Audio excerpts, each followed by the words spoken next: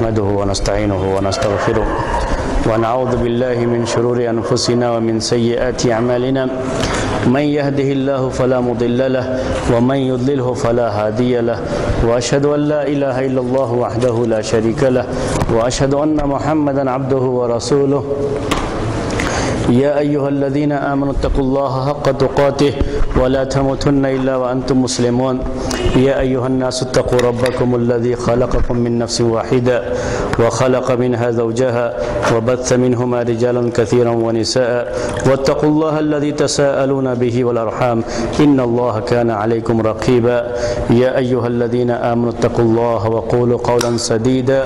يصلح لكم أعمالكم ويغفر لكم ذنوبكم ومن يطع الله ورسوله فقد فاز فوزا عظيما أما بعد فإن خير الحديث كتاب الله وخير الهدي هدي محمد صلى الله عليه وسلم وشر الأمور محدثاتها وكل محدثة بدعة وكل بدعة ضلالة وكل ضلالة في النار. محترم بھائیو، آپ کے سامنے پچھلے ہفتے جو بحث آئی تھی علوم قرآن کے تعلق سے، وہ بحث یہ تھی کہ اللہ تبارک و تعالیٰ نے قرآن کو نازل فرمایا ہے، تو قرآن کو نازل کرنے کی دو شکلیں ہیں۔ ایک شکل یہ ہے کہ پورا قرآن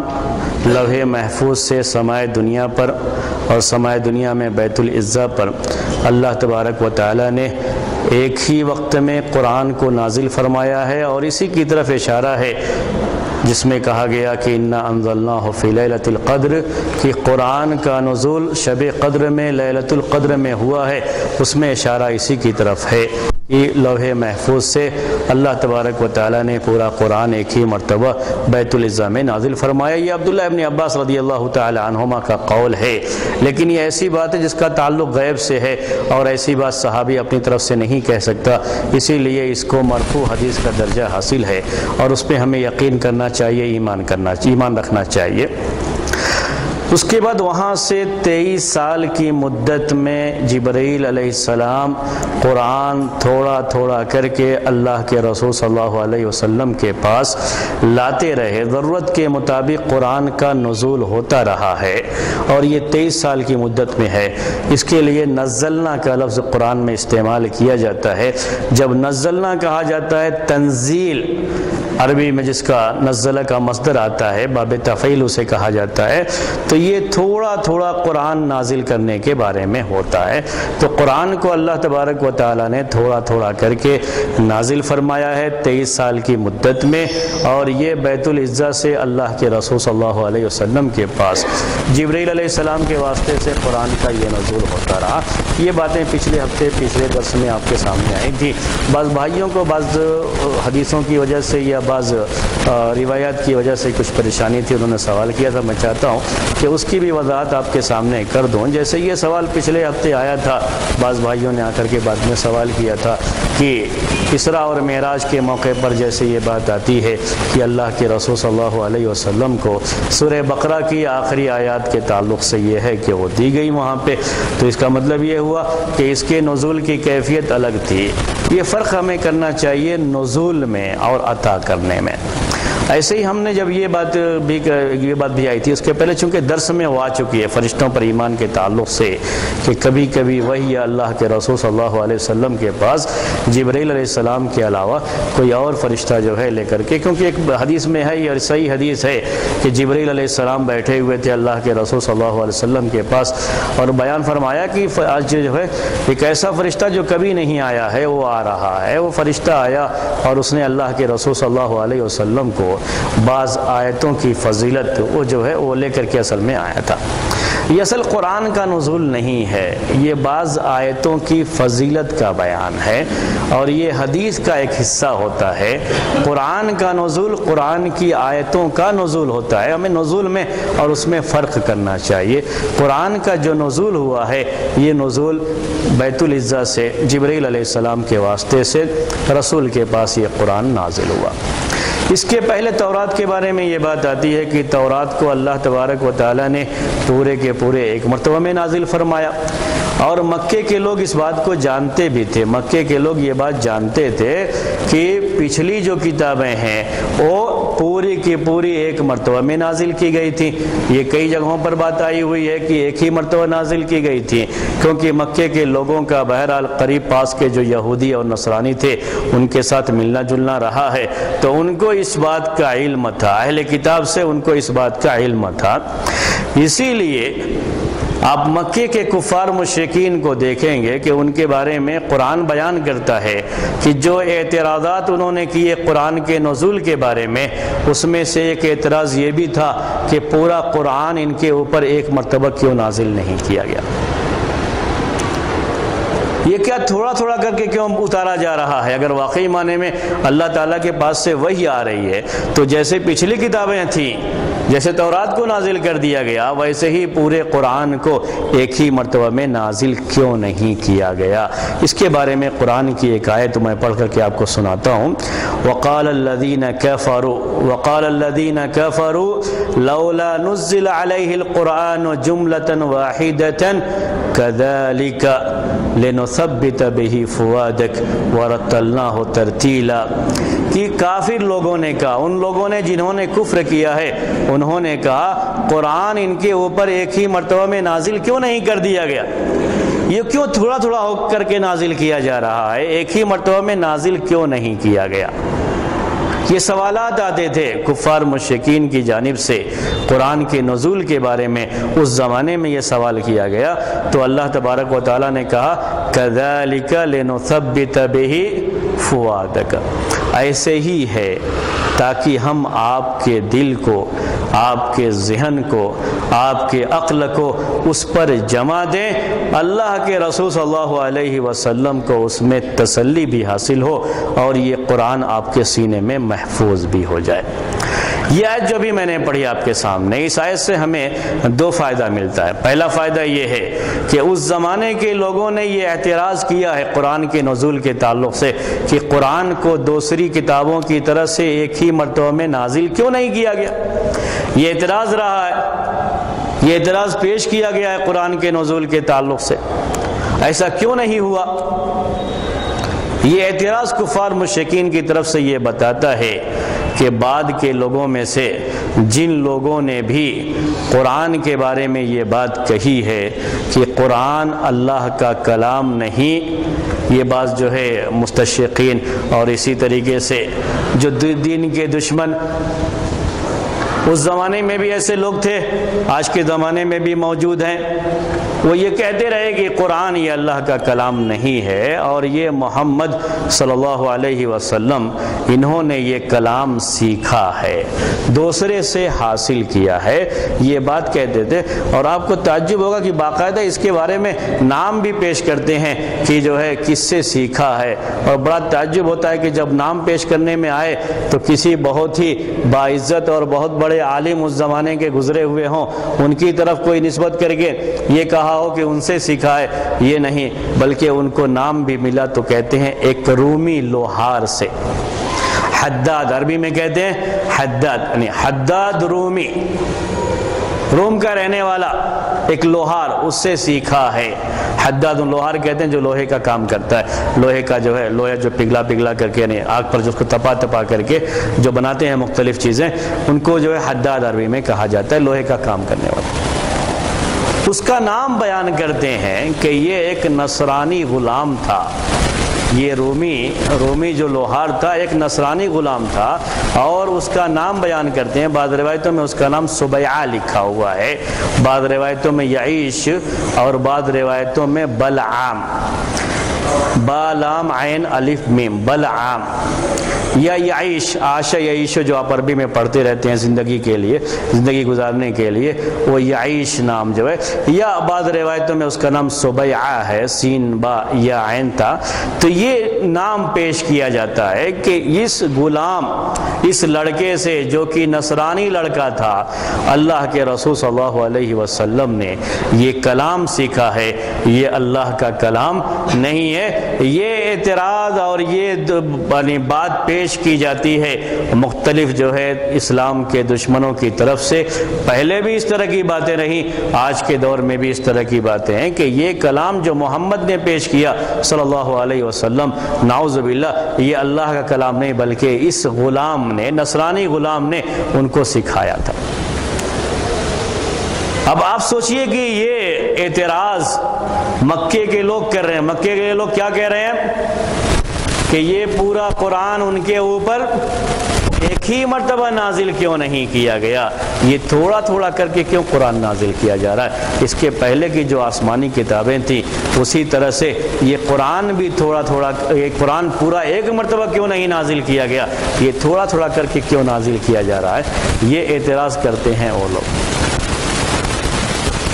اگر اللہ کے رسول صلی اللہ علیہ وسلم تھوڑی دیر کے لیے سوچئے کہ پورا کے پورا قرآن ان کے سامنے لا کر کے پیش کر دیتے، جیسے تورات موسیٰ علیہ السلام کے پاس آ گئی تھی ویسے ہی لا کے پیش کر دیتے، تو کہتے کسی نے لکھ کر کے دیا ہوگا اور لا کر کے ہمارے سامنے پیش کر دیا. یہاں معاملہ یہ ہے کہ آگے کیا ہے خود اللہ کے رسول صلی اللہ علیہ وسلم کو معلوم نہیں. قرآن جو نازل ہو رہا ہے، نازل جو کیا گیا ہے اللہ کے رسول صلی اللہ علیہ وسلم کے اوپر، اب یہ حصہ نازل کیا گیا، اس کے بعد کیا ہے خود اللہ کے رسول صلی اللہ علیہ وسلم کو بھی معلوم نہیں. جب تک اسے نازل نہ کیا جائے، جبریل علیہ السلام لے کر کے نہ آئے، تب تک خود اللہ کے رسول صلی اللہ علیہ وسلم جو اسے کچھ بیان نہیں کر سکتے. اگر کہیں سیکھنے کی ہی بات ہوتی، بڑا تعجب ہوتا ہے جب یہ نام لیتے ہیں. روم وہ کافی دور علاقہ ہے مکے سے، اور وہ بھی ایک نصرانی غلام کے بارے میں، وہ بھی لوہار. کہ جب کسی کا نام ہی لینا تھا تو کسی مکے کے بڑے آدمی کا نام لے لیتے تو شاید کوئی بات سمجھ میں آتی تھی. اگر دشمنوں کو نام ہی لینا تھا تو نام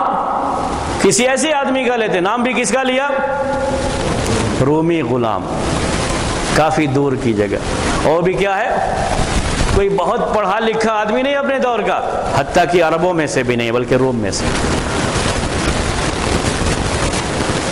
عرب لوگ جو اس قرآن جیسی ایک آیت، ایک سورہ پیش نہیں، چھوٹی سے چھوٹی سورہ بھی پیش نہیں کر پائے، جو اپنی فصاحت و بلاغت کے لحاظ سے اتنے مشہور تھے، تو کیسے آخر ایک رومی لوہار نے، ایک رومی غلام نے یہ قرآن جو کہ وہ عرب بھی نہیں تھا، اس طرح سے اللہ کے رسول صلی اللہ علیہ وسلم کو سکھا دیا. عجیب سی بات معلوم ہو رہی ہے، کیسے اس نے سکھا دیا اور ان کو معلوم ہو گیا. اور یہ تھوڑا تھوڑا کر کے پیش کر رہے ہیں، تو کتنی مرتبہ ان کو وہاں جانا پڑا ہوگا، یا اس کو کتنی مرتبہ آنا پڑا ہوگا یہاں تک.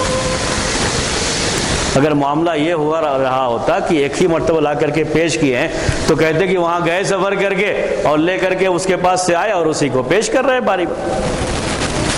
لیکن یہاں سے شکل یہ ہے کہ جتنا حصہ قرآن کا نازل ہوتا ہے اتنا ہی حصہ اللہ کے رسول صلی اللہ علیہ وسلم کو بھی معلوم ہوتا ہے.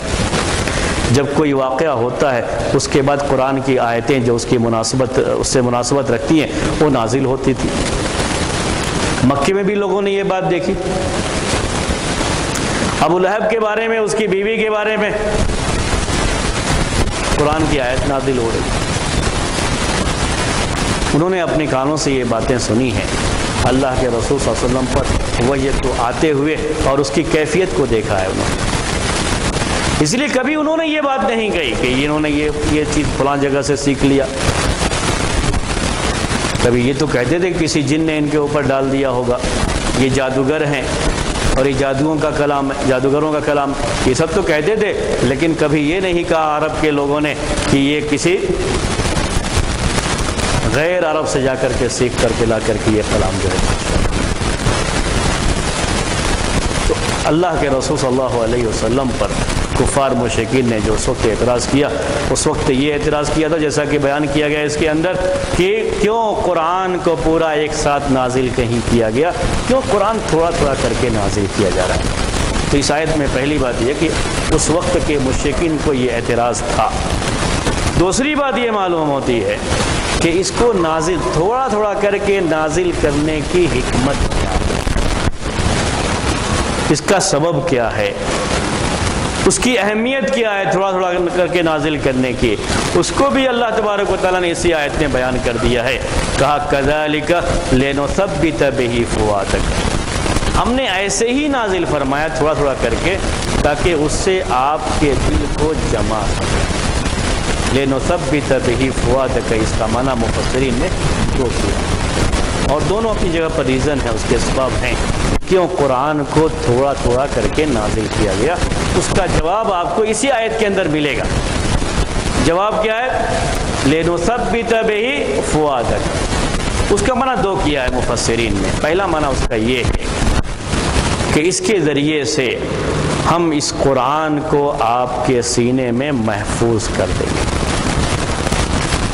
تھوڑا تھوڑا قرآن آپ کے اوپر اس لیے نازل کیا جا رہا ہے تاکہ یہ قرآن آپ کے سینے میں محفوظ ہو جائے، ایک ہی مرتبہ پورا محفوظ ہونے کے بجائے تھوڑا تھوڑا یہ قرآن آپ کے سینے میں محفوظ ہو جائے۔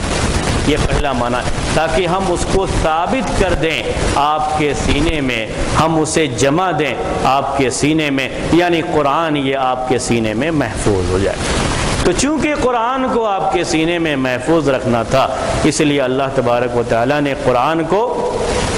تھوڑا تھوڑا کر کے نازل فرمایا۔ یہ ایک سبب ہے جو اس آیت کے اندر بیان کیا گیا، لنثبت بہ فؤادک۔ دوسرا معنی بعض مفسرین نے اس کا یہ بیان کیا ہے کہ یہاں تثبیت قلب سے مراد یہ ہے کہ مختلف حالات پیش آتے ہیں۔ کبھی ایسا ہوتا ہے کہ آپ طائف کے میدان میں جا رہے ہیں دعوت دینے کے لیے، تو وہاں آپ کو تکلیف پہنچائے گی، وہاں ایک شکل پیش آئی۔ مکے والوں کو کبھی آپ نے دعوت دیا تو ابو لہب نے آپ کے ساتھ کوئی شرارت کی، ابو جہل نے کوئی آپ کے ساتھ شرارت کی، کوئی خاص واقعہ پیش آیا، آپ کو بڑی تکلیف ہوئی۔ پورا قرآن پہلے سے نازل ہو چکا ہے، لیکن اس وقت آپ کو اگر تسلی دینی ہے، آپ کو اس وقت دلاسا دینا ہے، اطمینان دلانا ہے کہ یہ آپ کے ساتھ جو کر رہے ہیں اس کی وجہ سے آپ پریشان نہ ہوں اور آپ صبر کرتے ہوئے اپنے کام کو جاری رکھیں، تو اس وقت آیت کے نزول کی ضرورت ہے۔ تو ہم اس کے ذریعے سے آپ کے دل کو سکون پہنچاتے ہیں۔ قرآن کو تھوڑا تھوڑا نازل کرنے کی دوسری حکمت کیا ہے؟ اس کے ذریعے سے آپ کو ہم سکون پہنچاتے ہیں، اس کے ذریعے سے آپ کے دل کو سکون پہنچایا جاتا ہے، آپ کو تسلی ہوتی ہے۔ دشمنوں کی طرف سے تکلیف پہنچی تو اللہ تبارک و تعالیٰ نے آیت نازل فرمائی، فَاصْبِرْ كَمَا صَبَرَ أُولُو الْعَزْمِ مِنَ الرُّسُلِ، اس کے پہلے کے رسولوں نے صبر کیا ہے، آپ بھی صبر کی، تسلی ہو گئی آپ۔ پھر واقعہ پیش آیا کوئی، آپ کو بڑی تکلیف ہوئی، پھر کوئی آیت اسی طرح کی نازل کر دی گئی اس موقع پر۔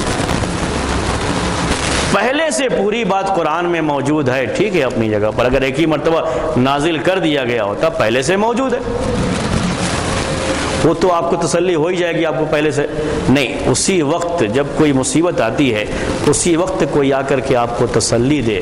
تو بات الگ ہوتی ہے، اور پہلے سے کبھی وہ بات کہی گئی تھی وہ بات الگ ہوتی ہے۔ میں آپ کو اس کی ایک مثال دیتا ہوں۔ اللہ کے رسول صلی اللہ علیہ وسلم کی جب وفات ہوئی تو صحابہ کرام بہت پریشان تھے۔ صحابہ کرام جو وہاں موجود تھے رو رہے تھے، بہت پریشان رہتے تھے۔ عمر بن خطاب رضی اللہ تعالی عنہ جیسے جلیل القدر صحابی بھی اتنے پریشان تھے، کہہ رہے تھے کوئی یہ نہ کہے کہ محمد مر گئے، ان کا انتقال ہو گیا، جو کہے گا میں اس کی گردن مار دوں، یہ شکل تھی۔ ابوبکر رضی اللہ تعالی عنہ جب آئے اور انہوں نے بہت مختصر سی بات کہی اور اس میں یہ آیتیں پڑھی، انک میت وانہم میت۔ عمر رضی اللہ تعالیٰ عنہ کیا کہہ رہے ہیں؟ ہمیں لگا کہ جیسے ابھی یہ آیت نازل ہو رہی۔ پہلے ایک چیز آ چکی ہے، بیان ہو چکا ہے، لیکن اسی وقت وہ ذہن میں آنا ضروری نہیں ہوتا ہے۔ اسی موقع پر جب اسے نازل کیا گیا تو اللہ کے رسول صلی اللہ علیہ وسلم کو اور تسلی ہوئی اس سے کہ اس سے پہلے کے انبیاء کرام کو اس سے بھی زیادہ تکلیفیں ہوئی ہیں، انہوں نے اسے برداشت کیا ہے، صبر کیا ہے، پرانے پچھلی قوموں کا انجام اس کو نازل کیا گیا کہ جو لوگ جھٹلا رہے ہیں، ستا رہے ہیں، ان کا انجام بھی وہی ہوگا جو پچھلی قوم کے یا پچھلے انبیاء کی قوموں کا انجام ہوا ہے۔ تو اس سے اللہ کے رسول صلی اللہ علیہ وسلم کو تسلی بھی ہوتی تھی۔ تو دو باتیں اس کے اندر تھیں، ایک بات تھی کہ اللہ کے رسول صلی اللہ علیہ وسلم کے سینے میں محفوظ کر دینا پورے قرآن کو، اور دوسرے یہ ہے کہ آپ کی بار بار آپ کو تسلی دینے کے لیے، اطمینان دلانے کے لیے قرآن کو ایک ہی مرتبہ نازل نہیں کیا بلکہ بار بار نازل کیا گیا، تھوڑا تھوڑا کر کے نازل کیا گیا۔ یہ قرآن کے نزول کی کیفیت ہے۔ اسی لیے آپ یہ بھی دیکھیں گے کہ اللہ تبارک و تعالیٰ نے قرآن میں ایک ہی قصے کو کئی جگہ بیان فرمایا، اور خاص طریقے سے انبیاء کرام کے قصے کہیں آپ قرآن میں ایک ہی جگہ پر پوری تفصیل کے ساتھ نہیں پائیں گے۔ تھوڑا حصہ کبھی نازل کیا گیا، تھوڑا حصہ کبھی نازل کیا گیا، جب جیسا موقع تھا تسلی کا اس موقع پر قرآن کا اس کی مناسبت سے نزول ہوا ہے، کیونکہ مقصد یہ بھی تھا کہ اللہ کے رسول صلی اللہ علیہ وسلم کو اس سے تسلی بھی ہو۔ تو یہ کہا اللہ تبارک و تعالیٰ نے کہ كَذَلِكَ لِنُثَبِّتَ بِهِ فُؤَادَكَ، ہم نے تھوڑا تھوڑا قرآن اس لیے نازل فرمایا ہے تاکہ آپ کے سینے میں اسے محفوظ کر دیں، اور تاکہ آپ کو اس سے تسلی ہو۔ آپ کو تسلی دینے کے لیے، آپ کے اطمینان کے لیے اللہ تبارک و تعالیٰ نے قرآن کو اس طریقے سے نازل فرمایا ہے۔ یہ بات تھی قرآن کو تھوڑا تھوڑا کر کے کیوں نازل کیا گیا، اس کی حکمت آپ کے سامنے آ گئی جو خود قرآن کی زبان میں نے آپ کے سامنے پیش کر دی ہے۔ كَذَلِكَ لِنُثَبِّتَ بِهِ فُؤَادَكَ، تو ہمارے سامنے دو باتیں آئیں،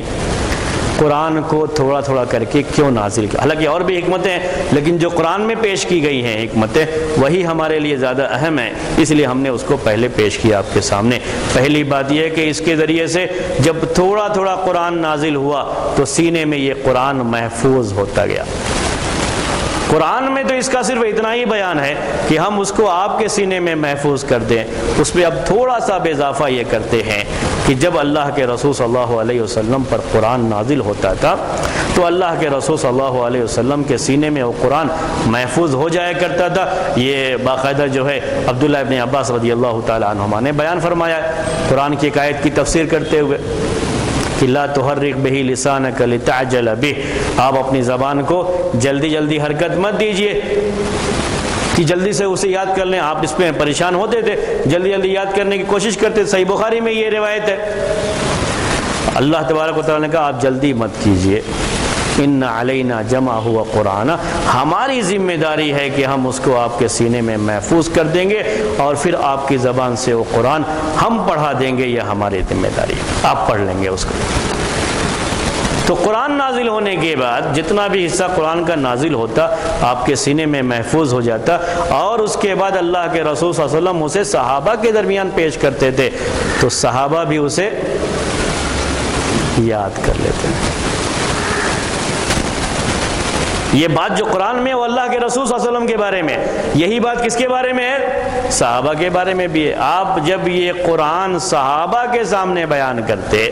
تھوڑا سا حصہ ہوتا تھا تو وہ بھی یاد کر لیتے تھے۔ پورا قرآن اگر صحابہ سے بھی کہا گیا ہوتا کہ آپ بیٹھ کر کے یاد کرو تو قرآن کے حافظ بولیے نہیں ملتے تھے، جیسے تورات کے حافظ نہیں ملے، انجیل کے حافظ نہیں ملے، وہ شکل نہیں تھی وہاں پہ۔ قرآن میں اللہ تبارک و تعالیٰ نے یہ شکل رکھی ہے اس کے جو ہے نزول کے تعلق سے، اس کو اتارنے کے تعلق سے، کہ تھوڑا تھوڑا کر کے نازل فرمایا تاکہ اس کا حصہ جو نازل ہو جائے وہ اللہ کے رسول صلی اللہ علیہ وسلم کے بھی سینے میں محفوظ رہے، اور آپ کے سینے کے ساتھ صحابہ کرام کے سینوں میں بھی وہ محفوظ ہوتا گیا۔ آپ پیش کرتے تھے، ان کے سینوں میں بھی وہ محفوظ ہو جائے گا۔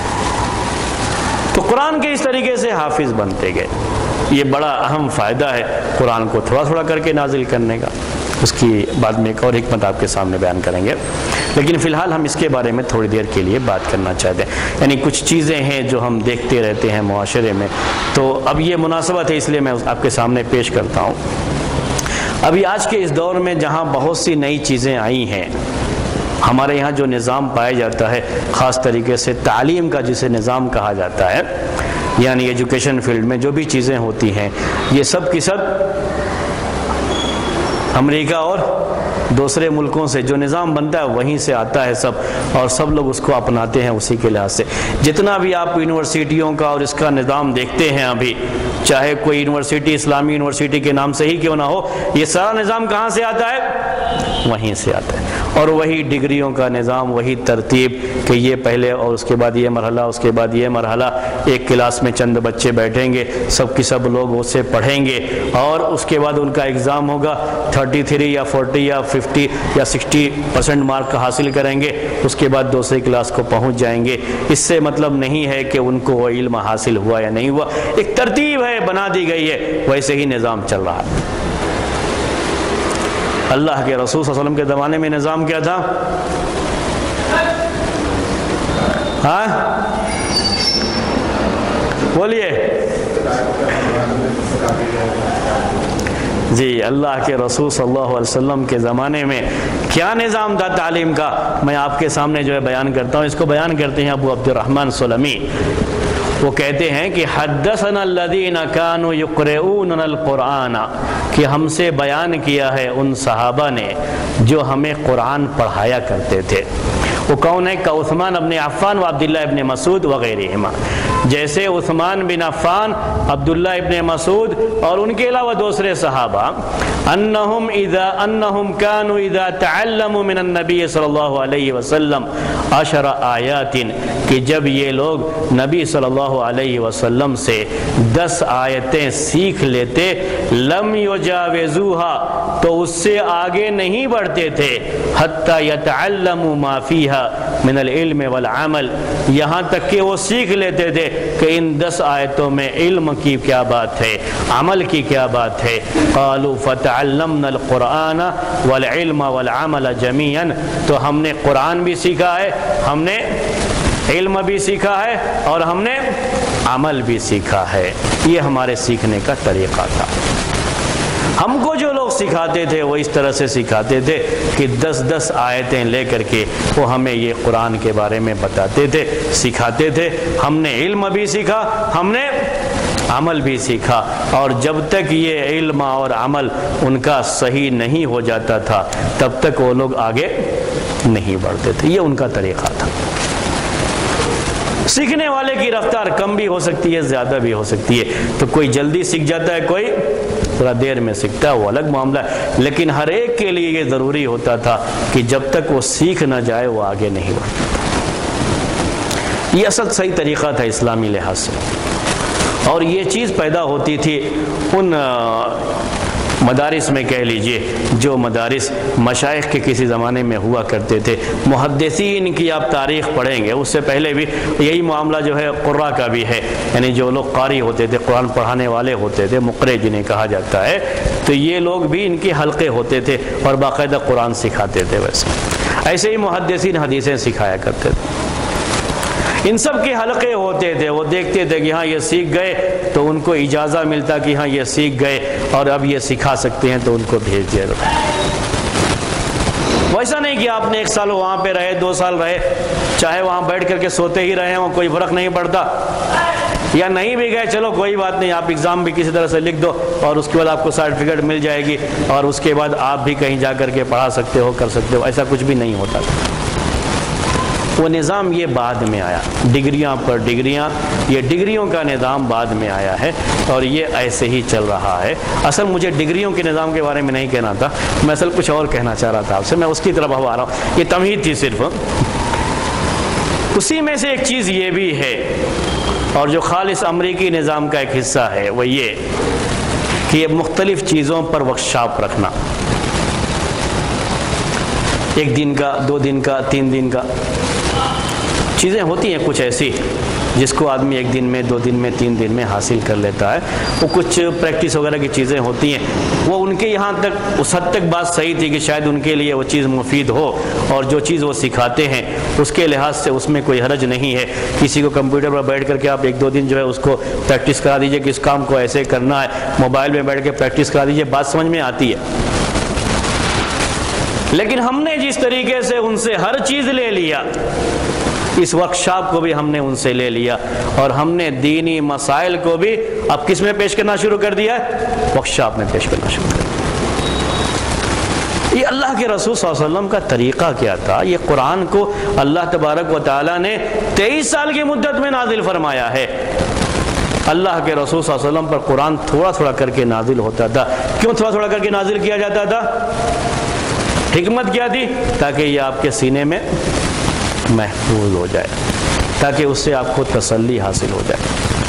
تاکہ آپ جب یہ تھوڑا قرآن کسی کے سامنے پیش کریں گے تو اس کو بھی یہ قرآن یاد ہو جائے. یہ بڑی حکمت تھی جو اللہ تبارک و تعالیٰ نے قرآن کو تھوڑا تھوڑا نازل کر کے اس امت کے سامنے پیش کیا. اور یہ اس امت کی بڑی خصوصیت تھی، ورنہ پچھلی کتابیں یہ سب کی سب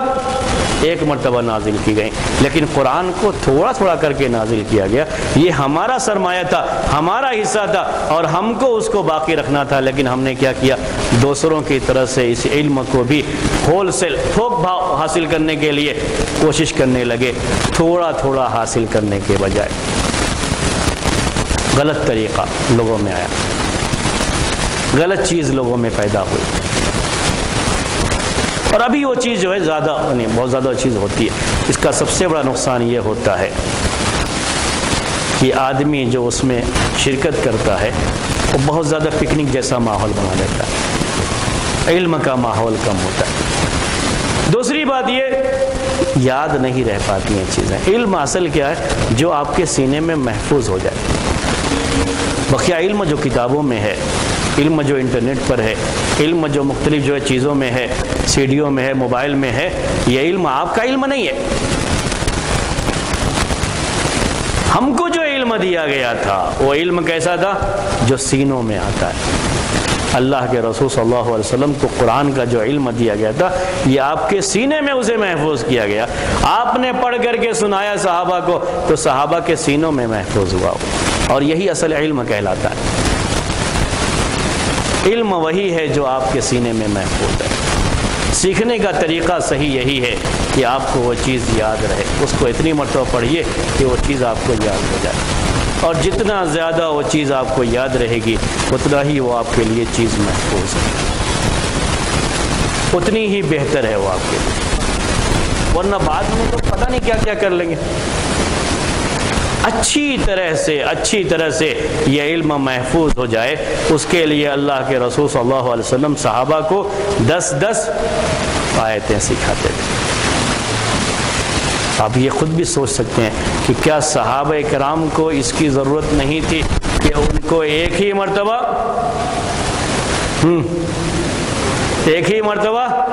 زیادہ سے زیادہ حصہ سکھا دیا جائے؟ ہم سے زیادہ ان کی ضرورت ہے. ان کا ذہن، ان کے یاد کرنے کی صلاحیت ہم سے زیادہ تھی، کیونکہ وہ لکھتے نہیں تھے، وہ صرف سن کر کے ہی یاد کرتے تھے، اور سن کر کے یاد کرنے کی صلاحیت ان کی ہم سے زیادہ تھی. اس لیے بھی ضرورت تھی کہ بہت سارے وفد ڈیلیگیشن یہ باہر سے آتے تھے، اور ان کے پاس چند دن ہی ہوتے تھے. لیکن کسی حدیث میں آپ نہیں پائیں گے کہ ان کو آپ نے صبح شام بیٹھ کر کے پڑھایا ہو کہ یہ چلے جائیں گے یہاں پر رہیں گے. نہیں، کسی بھی حدیث میں اس طرح کی بات نہیں آتی، جبکہ ان کو زیادہ ضرورت تھی. لیکن جتنا حصہ وہ حاصل کر سکتے تھے اتنا حصہ ان کو حاصل کرنے کے لیے کہا گیا، اور اس کے بعد جب اپنے علاقے میں جائیں تو اس کی طرف دعوت ہے. پورا دین ان کو ایک ہی مرتبہ بیٹھ کر کے نہیں سکھایا، پورے مسائل بھی ایک ہی مرتبہ میں نہیں بتائے گئے. ان کو بھی کھیتوں میں کام ہوتے تھے، بازار میں کام ہوتے تھے، روز ٹائم نکالنا ان کے لیے بھی مشکل تھا. اس کا انہوں نے حل یہ نکالا کہ عمر بن خطاب رضی اللہ تعالیٰ عنہ کہتے ہیں کہ میں اور میرے انصار جو ہے پڑوسی انصاری صحابی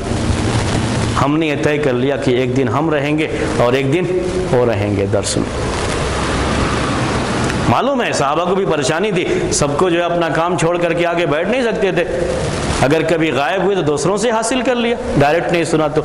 لیکن یہ نہیں رکھا گیا کہ ایک دن ہم چھٹی کا بنا کر کے اس دن صرف دن بھر یہی کام کریں گے۔ اللہ کے رسول صلی اللہ علیہ وسلم اس دن دین کو سکھائیں گے، بقیہ دن سب فری، کوئی معاملہ نہیں ہے۔ جیسے نصارہ کے یہاں طریقہ تھا کہ اتوار کا دن ان کے اسی کے لیے خاص، بقیہ دنوں میں کچھ بھی کرتے رہو، کوئی فرق نہیں پڑتا۔ نہیں، اس دین کو تھوڑا تھوڑا کر کے سکھایا گیا ہے، یہی اس کا جو ہے کام تھا، اور یہی اس کی صحیح شکل بھی ہے کہ تھوڑا تھوڑا کر کے سکھایا جائے۔ یہ بڑی حکمت ہے جو قرآن کو تھوڑا تھوڑا کر کے نازل کرنے میں ہے، اور اسی لحاظ سے اس کو پہنچانا بھی چاہیے لوگوں کے درمیان۔ اس علم کو جتنا تھوڑا تھوڑا کر کے پہنچائیں گے اتنا ہی لوگوں کو صحیح طریقے سے یہ علم حاصل ہوگا، اور صحیح طریقے سے ان کے سینوں میں یہ بات محفوظ رہے گی۔ اس لیے اب مشائخ کے یہاں دیکھیں گے کہ ان کا انداز اسی طریقے سے رہا ہے، حلقوں کا انداز ہوتا تھا، لوگ آتے تھے بیٹھتے تھے، کوئی پابندی نہیں ہوتی تھی، جو بھی آیا اس کو علم حاصل کیا۔ اس کے بعد ان کو اگر محسوس ہوا کہ ہاں ان کے اندر اب صلاحیت ہو گئی ہے تو اس کو اجازت دیا کرتے تھے، اس طریقے سے اسے اجازت حاصل ہو جایا کرتا تھا۔ اللہ کے رسول صلی اللہ علیہ وسلم نے اپنے صحابہ کو ایسے علم سکھایا، صحابہ نے تابعین کو ایسے ہی علم سکھایا، اور یہی علم چلنا چاہیے تھا امت میں۔ لیکن بعد کے حالات میں، اب میں مسئلہ آپ سے یہ نہیں کہہ رہا ہوں کہ یہ حرام ہے، ذہن میں رکھیے گا، اب ہم یہاں حرام اور حلال ہونے کی بات نہیں کر رہے، کیونکہ ابھی آپ کسی کے پاس بھی لکھ کر کے فتویٰ منگائیں گے تو یہ کہیں گے اس میں کیا ہے، تعلیم کا ایک طریقہ ہے، حاصل کرنے میں کیا ہے، جائز ہے۔ جائز ہونا ناجائز ہونا یہ الگ معاملہ ہے، اور اللہ کے رسول صلی اللہ علیہ وسلم کا طریقہ کیا تھا، اللہ تعالیٰ نے اس امت کے لیے کیا طریقہ نازل فرمایا، آپ نے خود کس پر عمل کیا، آپ کے صحابہ کا طریقہ کیا تھا، سلف کا کیا انداز تھا، یہ بھی ہمارے لیے کوئی چیز اہمیت رکھتی ہے کہ ہم اس کو اپنائیں اور اسی کے لحاظ سے لوگوں کو دین سکھائیں۔ تو تھوڑا تھوڑا کر کے یہ دین سکھایا جائے، یہ بڑی حکمت ہے قرآن کو تھوڑا تھوڑا کر کے نازل کرنے کہ قرآن کو تھوڑا تھوڑا نازل کیا گیا تاکہ یہ قرآن محفوظ ہو جائے، آپ کے سینے میں محفوظ ہو، آپ کے بعد آپ کے صحابہ کے سینے میں، آپ جب صحابہ کو بیان کریں تو آپ کے صحابہ کے سینوں میں محفوظ ہو جائے۔ جو لوگ لکھنا چاہتے ہیں وہ لکھ کر کے بھی محفوظ کرتے رہیں، ایسا بھی نہ سوچئے کہ قرآن نازل ہوا تو صرف سینے میں ہی محفوظ رہا، نہیں، صحابہ کرام میں جو لوگ لکھنا جانتے تھے وہ لکھ بھی لیا کرتے تھے، اور اللہ کے رسول صلی اللہ علیہ وسلم نے اس پر جو ہے تاکید فرمائی کہ قرآن کو اور حدیث کو، حدیث لکھنے سے آپ نے منع فرمایا تو اس کے بارے میں بعض محدثین نے یہ بات لکھی ہے کہ یہ قرآن اور حدیث کو ایک ہی جگہ لکھنے سے آپ نے منع فرمایا تھا، الگ الگ لکھا جائے، قرآن الگ ہو حدیث الگ ہو تاکہ دونوں آپس میں نہ ملنے پائیں۔ قرآن شروع سے لکھا بھی جاتا رہا ہے، جتنی آیتیں نازل ہوتی تھیں وہ لکھ بھی دی جاتی تھیں، اور وہ صحابہ جو لکھنا جانتے تھے قرآن کا وہ حصہ لکھ لیا کرتے تھے۔ تو یہ قرآن کے نازل کرنے کی، تھوڑا تھوڑا کر کے نازل کرنے کی حکمت، اس میں ایک بڑی حکمت یہ بھی ہے جو آج تربیت کے باب میں بڑی اہمیت رکھتی ہے، کہ اس کے ذریعے سے اللہ تبارک و تعالیٰ نے اس امت کی بتدریج تربیت کی ہے۔ یہ ایک بڑا منہج یعنی میتھڈ جو ہے تربیت کرنے میں بڑا اہمیت رکھتا ہے، تدریج یعنی اسٹیپ بائی اسٹیپ ان کو جو ہے، ایک ہی مرتبہ میں قرآن کو نازل کیا جاتا، ایک ہی مرتبہ میں یہ حلال یہ حرام نازل کر دیا جاتا تو اس کے لیے بھی پریشانی کی بات تھی۔ ایک مثال اس میں شراب کی حرمت کے تعلق سے، آپ جانتے ہیں کہ شراب کو ایک ہی مرتبہ میں نہیں حرام کیا گیا ہے بلکہ آہستہ آہستہ اسے حرام کیا گیا۔ اسی طریقے سے صحابہ کرام کے ایمانی قوت اور ضرورت کے لحاظ سے اللہ تبارک و تعالی دشمنوں سے جو مقابلہ ہوتا تھا اس کے بارے میں یہ پہلے یہ نازل فرمایا تھا کہ إِن يَكُن مِّنكُمْ 20 صَابِرُونَ يَغْلِبُوا 200، کہ اگر تم میں سے 20 ہیں صبر کرنے والے تو 20 200 پر بھاری پڑیں گے، یعنی 20 کو 200 کے مقابلے میں جمے رہنا ہے۔ وہ ایمانی قوت ہے، وہ جذبہ تھا ان کے اندر، 1 10 کے مقابلے میں۔ لیکن اس کے بعد کہا اللہ تبارک و تعالیٰ نے کہ اللہ تعالیٰ کو آپ لوگوں کی کمزوری کا علم ہے، تو اس میں معاملے کو ہلکا کر دیا اور یہ کہا کہ 1 2 کے مقابلے میں۔ تو یہ آہستہ آہستہ چیزیں نازل ہوتی رہیں، آہستہ آہستہ احکام نازل ہوتے رہے۔ ایک ہی مرتبہ اگر آپ کسی کو بہت زیادہ چیز دے دیں تو آدمی سوچتا ہے اتنا سب کون کرنے جائے گا، پیچھے ہٹ جاتا ہے۔ تھوڑا تھوڑا آپ کر کے دیجئے اس کو کام، تو تھوڑا تھوڑا کر کے وہ کام کر لے جائے گا۔ لیکن اگر وہی کام ایک ہی مرتبہ میں، چاہے وہ 1 مہینہ میں کرنے والا ہو، ایک ہی مرتبہ میں اس کے ہاتھ میں پکڑا دو تو اس کو بھاری سمجھتا ہے، مشکل سمجھتا ہے، نہیں کر پاتا ہے۔ تربیت کا بڑا اہم انداز ہے جو قرآن کو اس طریقے سے 23 سال کی مدت میں نازل کر کے اللہ تبارک و تعالیٰ نے اس امت کو دیا ہے انداز تربیت کرنے کا، کہ تربیت کا انداز یہ ہونا چاہیے، تربیت اس انداز سے ہونی چاہیے، اس کا خیال ہونا چاہیے۔ اس امت کی تربیت فرمائی اللہ تبارک و تعالیٰ نے، اس کے لیے قرآن کے نزول کا یہ انداز اپنایا اور اس کے لحاظ سے قرآن نازل ہوتا رہا۔ وہی انداز تربیت کا ہمیں بھی اپنانا چاہیے۔ اب یہ مسئلہ الگ ہے کہ قرآن کی کتنی آیتیں ایک مرتبہ نازل ہوتی رہی ہیں۔ بعض روایتوں میں کچھ اس طرح کا بیان ہے، ہو سکتا ہے کبھی آپ وہ روایتیں سنیں تو آپ کو بھی پریشانی ہو۔ وہ روایت ہے کہ نزول القرآن خمس آیات، یہ امام بحقی رحمۃ اللہ علیہ نے یہ روایت جو ہے نقل کیا ہے۔ خالد بن دینار اس کے جو ہے راوی ہیں، ان سے روایت کرتے ہوئے کہتے ہیں وہ کہ ابو العالیہ نے ہم سے کہا ہے کہ تعلموا القرآن 5 آیات 5 آیات فإن النبي صلی اللہ علیہ وسلم كان يأخذه من جبریل 5 5، کہ تم قرآن کو 5 آیتیں کر کے جو ہے سیکھا کرو، کیونکہ جبرائیل علیہ السلام 5 آیتیں لے کر کے اللہ کے رسول صلی اللہ علیہ وسلم کے پاس آتے تھے۔ یہ ایک روایت ہے جس میں یہ بیان ہے کہ 5 آیتیں، لیکن یہ روایت صحیح نہیں ہے۔ اس کے مقابلے میں وہ روایتیں صحیح ہیں جس میں 10 آیتوں کے نزول کا بیان ہے۔ کبھی ایسا ہوا کہ 10 آیتیں ایک ساتھ نازل ہوئی،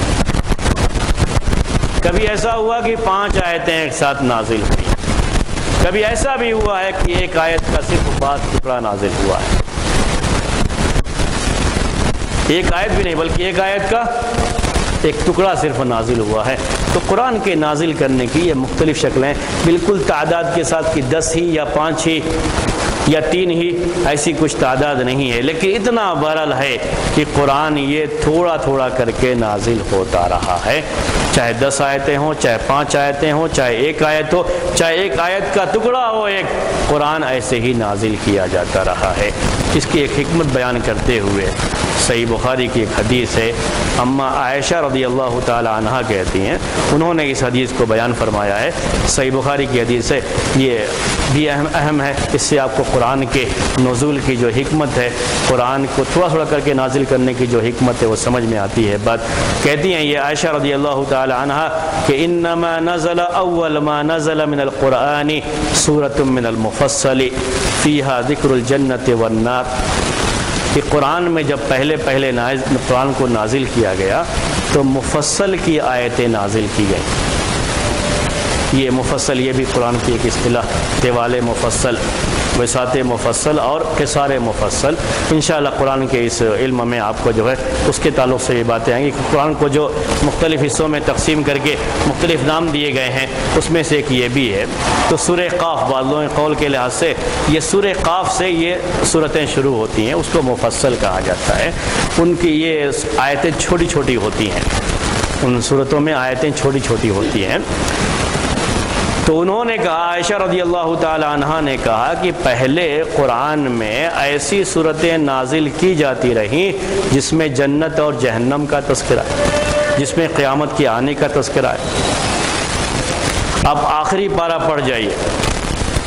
بعد میں مکی مدنی کے بارے میں جب بات آئے گی صورتوں کے تعلق سے، انشاءاللہ آئندہ ہفتے یہ بات آئے گی آپ کے سامنے، تو اس میں بھی یہ بات آئے گی کہ مکے میں جو صورتیں جو آیتیں نازل ہوتی رہیں اس میں خاص طریقے سے یوم آخرت، جنت جہنم اور عذاب کے تعلق سے، نعمتوں کے تعلق سے، توحید کے تعلق سے، رسالت کے تعلق سے یہ بیان کثرت سے ہوتا رہا، یہی چیزیں جو ہے کثرت سے ہوتی رہیں۔ اس میں یہ نہیں آتا تھا کہ آپ نماز پڑھو، حج کرو، زکوٰۃ دو، اس طرح کے بیان اس میں نہیں آتے تھے۔ اس کے بعد کہتی ہیں عائشہ رضی اللہ تعالیٰ عنہ، حتی اذا صاب الناس الی الاسلام نزل الحلال والحرام، جب لوگ اسلام میں آ گئے، اسلام میں داخل ہو گئے، اسلام میں داخل ہو جانے کے بعد جب اسلام ان کے دلوں میں آ گیا تو اللہ تبارک و تعالیٰ نے حلال اور حرام نازل فرمایا، تب اس کے بعد آہستہ آہستہ یہ چیز حلال ہے، یہ چیز حرام ہے، اسے نازل کیا گیا۔ وَلَوْ نُزِّلَ أَوَّلَ شَيْءٍ لَا تَشْرَبُ الْخَمْرَ لَقَالُوا لَا نَدَعُ الْخَمْرَ أَبَدًا۔ عائشہ رضی اللہ تعالیٰ عنہ کہتی ہیں کہ اگر پہلے ہی پہل قرآن میں یہ آیت نازل ہو گئی ہوتی کہ تم شراب مت پیو تو لوگ کہتے کہ ہم شراب نہیں چھوڑیں گے۔ یہ تربیت کا بھی ایک انداز تھا جو قرآن میں تھوڑا تھوڑا کر کے قرآن کو نازل کر کے تربیت کا انداز اپنایا گیا۔ یہ عائشہ رضی اللہ تعالیٰ عنہ کا بیان کہتی ہیں اگر قرآن میں شروع میں ہی مکے میں ہی آیت نازل کی گئی ہوتی کہ شراب نہ پیو تو لوگ کیا کہتے؟ لا ندع الخمر، ہم شراب نہیں چھوڑیں گے، ہم شراب نہیں چھوڑ سکتے، ہم اس دن میں کیوں جائیں گے جو دن ہم سے یہ کہہ رہا ہے کہ شراب جو ہے مت پیو۔ اس کے بعد کہا اور بھی چیزیں جو ہے آخر میں بیان کی انہوں نے، بلکہ آخر میں یہ کہتی ہیں کہ جب اللہ کے رسول صلی اللہ علیہ وسلم مدینہ آ گئے تب جو ہے آپ کے اوپر سورہ نساء، سورہ بقرہ جس میں احکام کی آیتیں ہیں، احکام بیان کیے گئے، یہ سب جو ہے بعد میں مدینے میں آنے کے بعد جو ہے نازل فرمائی گئی چیزیں۔ تو قرآن کے نزول کے تعلق سے یہ بات اہمیت رکھتی ہے۔ میں پھر سے آپ کے سامنے یہی بیان کرتا ہوں کہ قرآن کو تھوڑا تھوڑا کر کے کیوں نازل کیا گیا ہے، اس کے بارے میں 3 باتیں آپ کے سامنے آئیں۔ پہلی بات اور دوسری بات قرآن کی ایک آیت سے ہی لی گئی ہے جس میں اللہ تبارک و تعالیٰ نے کَذَلِكَ لِنُثَبِّتَ بِهِ فُؤَادَكَ، ہم نے قرآن کو تھوڑا تھوڑا کر کے نازل کیا تاکہ آپ کے سینے میں اس کو محفوظ کر دیں، یا تاکہ وہ آپ کی تسلی کا سامان بن جائے، آپ کے لیے اطمینان کا سامان بن جائے۔ یہ 2 سبب، اور یہ ایک سبب جو عائشہ رضی اللہ تعالیٰ عنہ کی جو ہے حدیث میں ہے اس سے یہ معلوم ہوتا ہے کہ اس طریقے سے تھوڑا تھوڑا قرآن نازل کر کے اللہ تبارک و تعالیٰ نے اس قوم کی تربیت فرمائی ہے۔ آہستہ آہستہ ان کی تربیت ہوتی گئی، ایک ہی مرتبہ سارے احکام ان کے اوپر نازل کیے جاتے تو ان کے لیے اس میں داخل ہونے کے بجائے اسلام چھوڑنے کا یہ چیز ان کے لیے سبب بنتی تھی، اس لیے آہستہ آہستہ ان کے سامنے یہ ساری تفصیلات لائی گئی ہیں۔ یہ بڑی حکمت ہے جو اللہ تبارک و تعالیٰ نے قرآن کو تھوڑا تھوڑا نازل کر کے اس امت کے سامنے جو ہے یعنی جو لوگوں نے بیان کیا اس کے لحاظ سے اس امت کے سامنے پیش کی گئی، اور ہمیں بھی چاہیے کہ ہم اس حکمت کو اپنائیں۔ میں بار بار اس کی طرف توجہ دلاتا رہتا ہوں، اس لیے میں نے چند باتیں جو ہے آپ کے سامنے کہی بھی تھیں کہ کوئی ضروری نہیں ہے کہ جو انداز کہیں اور سے آئے وہ انداز ہمارے لیے بھی بہتر ہو، اور ہم جیسے آ رہے جو چیز بھی آ رہی ہے اس کو ویسے ہی اپنا لیں، کوئی ضروری نہیں ہے۔ ہمیں دیکھنا چاہیے کہ ہمارا اپنا نظام، ہمارا اپنا دین، اور یہ دین ایک مکمل نظام ہے۔ ہم دوسروں کو نظام دیں گے، دوسرا ہم کو کیا نظام دے گا؟ ان کی تعلیم کا نظام ہو یا ان کی کسی اور چیز کا نظام ہو، ویسے ہی لینے کے بجائے ہمیں یہ بھی دیکھنا چاہیے کہ یہ صحیح معنی میں ہمارے دین میں جو نظام رہا ہے اس سے کہیں ٹکرا تو نہیں رہا ہے، اور صحیح معنی میں یہ چیز ہم سے واقعی کیا مطالبہ کرتی ہے، ہم اس چیز کو سامنے رکھ کر کے ہی اس کو اپنانا چاہیے۔ تو بہت سے جو طریقے ابھی اپنائے جا رہے ہیں، میں سمجھتا ہوں کہ یہ قرآن کے نزول کی جو حکمت ہے، تھوڑا تھوڑا کر کے نازل کرنے کی جو حکمت ہے اس کے خلاف ہے وہ چیز، اسی لیے اس سے بچنا چاہیے اور کوشش یہ کرنی چاہیے کہ دین تھوڑا تھوڑا کر کے حاصل کرے۔ ایک مرتبہ ہم وقت نکال کر کے دین پورا حاصل کر لیں گے، اس کے بارے میں نہیں سوچنا چاہیے یہ کبھی بھی، کیونکہ تھوڑا تھوڑا کر کے ہی وہ چیز ذہن میں بیٹھتی ہے، ایک مرتبہ حاصل کرنے میں وہ چیزیں پوری ذہن میں نہیں بیٹھتی ہیں۔ یہ بات تھی قرآن کے نزول کے تعلق سے۔ انشاءاللہ پھر آئندہ ہفتے آپ کے سامنے مکی اور مدنی کے تعلق سے بات آئے گی، جو مکی آیتیں، مدنی آیتیں یا مکی صورتیں، مدنی صورتیں ہیں اس کے تعلق سے، اور اس کی تفصیلات 2-3 جو ہے ہفتے آپ کے سامنے انشاءاللہ آئندہ آئیں گی۔ یہ درس ہم یہیں پہ ختم کرتے ہیں۔ دوسرا درس